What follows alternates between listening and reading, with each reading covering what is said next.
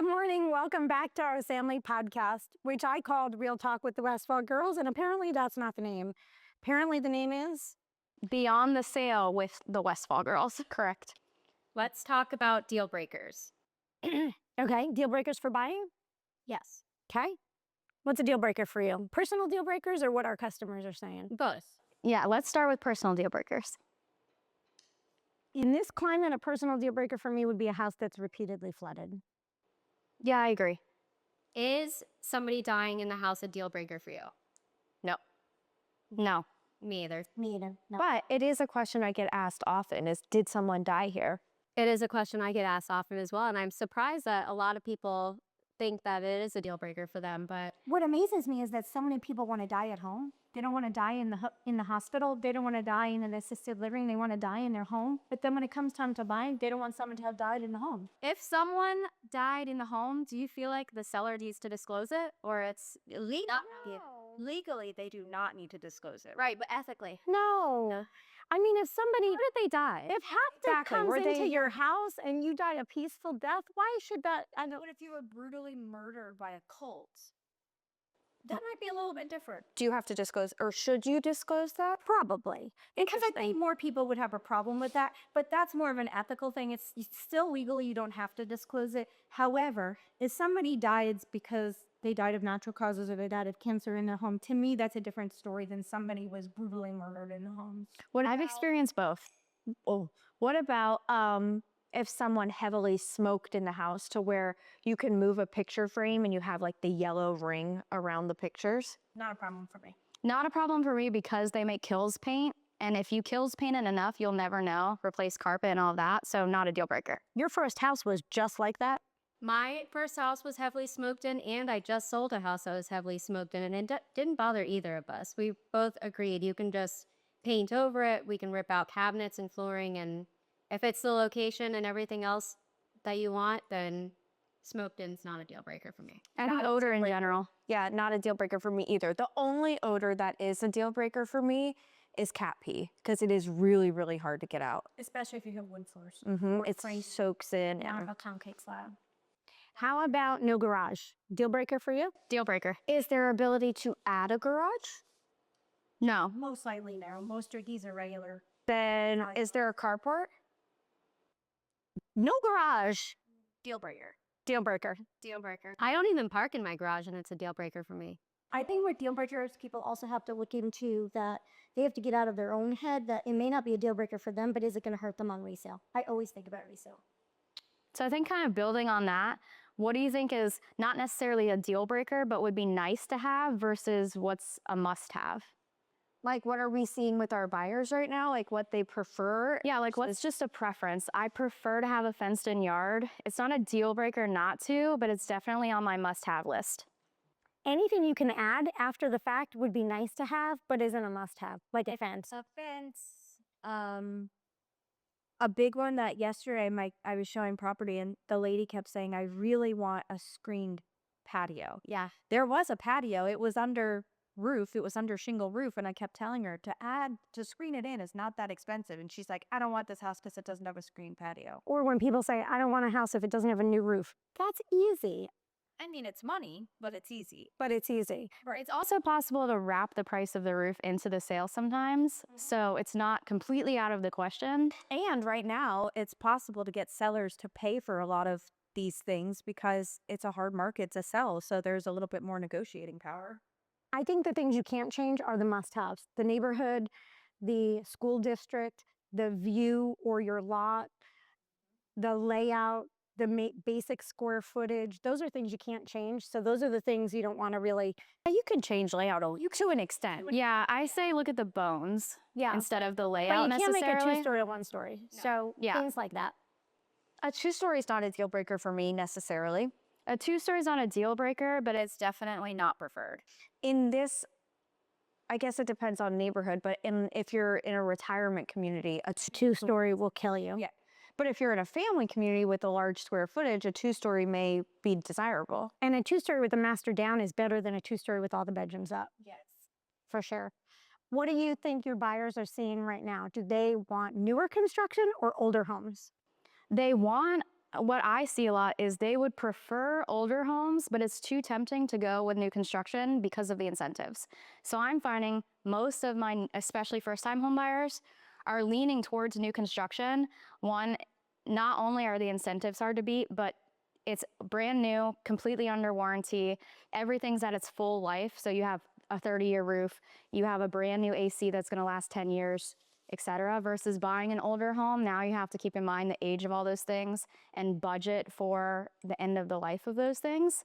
So just for peace of mind and simplicity, a lot of people I have are going towards new construction. The only bad thing about new construction is you are in an HOA. There is no new construction that's not on a cookie cutter lot, in a cookie cutter house, in a cookie cutter HOA. So if you don't like that vibe, new construction is practically impossible to find. I actually have a lot of people not looking for new construction just because they are specific on either location or they want bigger bedrooms and different layouts than the new constructions are offering. A lot of the new constructions, you have limited options as far as layout goes. So, like my people on Beach Street, they really liked that it was a unique layout, which they couldn't find when it. I think we're also two different markets. Brittany services more Jacksonville and St. Augustine, and you're down here in Ormond, and they just have a lot more new construction up there. For us, and it's completely exactly. When I shop here, everybody leans towards the older homes, and that's because structurally they are usually better, a little bit better built, or have the larger bedrooms, or have character like brick and beams like this one, things like that. Where in Jacksonville, my new construction, the amenities are incredible. So everybody is choosing the new construction for the resort style amenities. They don't really have that here, but in Jacksonville, that brings so many people in, is to have these like lazy rivers and beach entry lagoons. About old construction, I would never personally buy new construction, but I do have a lot of customers that do, and I get it. But what I personally like about older construction is that you tend to have trees. New construction, not a lot of trees in new neighborhoods. Mature landscaping. Mature landscaping. Depending on the Bigger buyer. lots. Bigger lots have, like, I live in an HOA and I don't mind an HOA. But my HOA is not like a cookie cutter HOA. It's got big lots, lots of trees, different, every house looks different, which I like. A lot of character in each house, but my house was built in 1980. So it still is an old house. I'm in a new construction. My house was built in 2014. I bought it in 2016, so I bought it 2 years old. It was still new. My neighborhood's very cookie cutter. You had like 4 different build options. You could pick one of the 4, and you are one of the 4. Every single house in there. When you drive through your neighborhood, they're different houses, but they're all one of the 4. Right. Let me move into the next category. If you're not in an HOA and you're representing a buyer, you go look, and the house next to you is yucky looking, like run down, abandoned. Is that a deal breaker? Nope. Are your buyers saying that's a deal breaker? Are you saying no out of personal experience, Kaden? Yes, I am. Why wasn't it a deal breaker for you? Do you have a yucky house next to you? Tell the viewers. Do you want to do that? Yeah. Yeah, it's horrific. Someone buy it and make it better, please. It's horrible. Someone buy my neighbor's house. Make it better. Make it pretty. But no, I don't mind the neighbor's house looking junky. We have a privacy fence, and it was the location I wanted. When you bought your house, did it look bad? My house? The neighbor. No. When you bought your house, did the neighbor's house look bad? Yes. And it didn't deter you? Didn't deter me, no. In all fairness, though. I knew they would sell it eventually. There was a tenant there, and But in all fairness, you can't see your neighbors' houses from your house. There's so much vegetation down the side of your houses that you can't see them. If you were in more of a beachside or a cookie cutter neighborhood where there isn't vegetation and there's no way you can't see that. Just ask people this because we were talking about this before, and 99% of people said yes, it was a problem for them. Jason said it was a problem for him. When I just canceled a sale because during the inspection period, the neighbor came over, and that turned out to be a problem for the buyer. So I just did a Facebook I think it's post, and about 85% of people said it would be a deal breaker for them because they don't want to have to deal with having to go to the city, having to complain, having to be that person, having to do the fight to try and get it. maybe it depends on what exactly. What's going on? Yeah, if they've got, cars that aren't running all around the yard and stuff like that, maybe, but mine is just really overgrown and needs paint. if you can't have the home that you've envisioned yourself building your family on and moving into, if you can't have that exact home today, do you wait a year or do you buy something that will fit today and then move up to that dream home later? My number is 12. I'm sorry? How many times? That's how many times I've moved to get to my dream house. My very first house was a beachside, smaller, 1,800 square foot ranch. Then I built a home. Then I moved to Hunter's Ridge. Then I built another home. I've moved 12 times to get to the house that I want to be my final house. When I take out new buyers and they say, I'm 25 years old and I know I want to have 4 kids, this house isn't big enough for 4 kids. You don't have 1 kid yet. So why don't we find a house that's for 1 or 2 kids, maybe even 3 kids? It just needs to be a good investment so that when you're ready to sell it, you can get out of it and move up. But I couldn't afford this house ever if I had waited from the first time I purchased it, 23 years old, to buy this. I could have never saved them and I could have never gotten here. The way I got here was to make money on every house and do it 12 times. And now I have a very small mortgage on my dream home.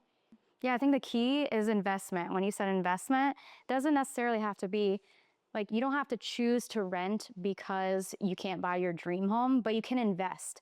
So you can invest in a starter home or that mid-size home and then use that to make the money for your dream home. Because like you said, if you're trying to save up $200,000 for a down payment on $1 million home, there's no way. But if you buy a home and then in 5 years resell it, the chance of walking away with 6 figures are much better than you trying to just save that out of your paycheck every week. Every single one of you guys have bought a first home that was definitely not your dream home. I think Amanda was scared of her first home and made really good money on them and been able to purchase your next homes with the same mortgage payment as your old home, knowing your second home was so much bigger in a nicer neighborhood. It had much more to offer. Not only that, I'm on 5.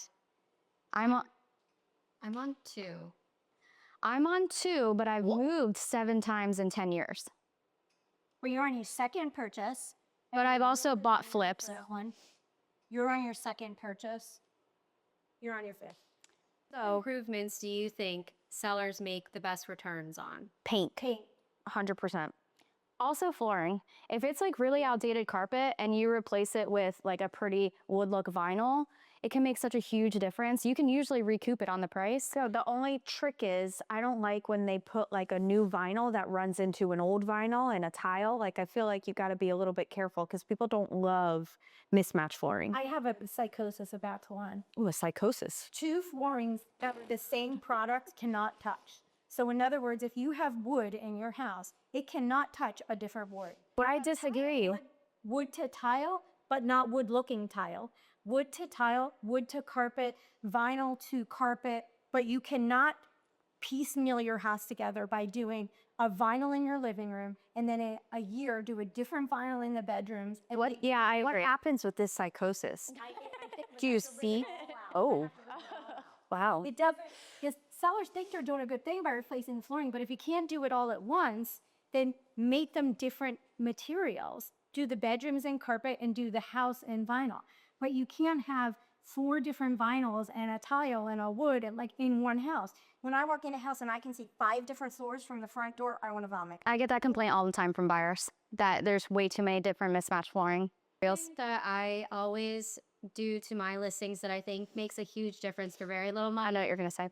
Pressure washing and landscaping. Landscaping is a huge project. Landscape curb appeal. You know, landscaping can be cheap, but it can also be very expensive. depending on how Landscaping you is do it. surprisingly expensive. Yeah, it is. But you can have somebody economically just weeding, mulch, and pressure washing alone makes a huge difference. Sometimes we have a co-listing right now, and the house kind of looked yucky, but we were worried that if we pressure washed it, then all of the paint would peel. So we had Fred put in nice looking plants with fresh mulch, and it literally changed the whole look of the house. It's beautiful.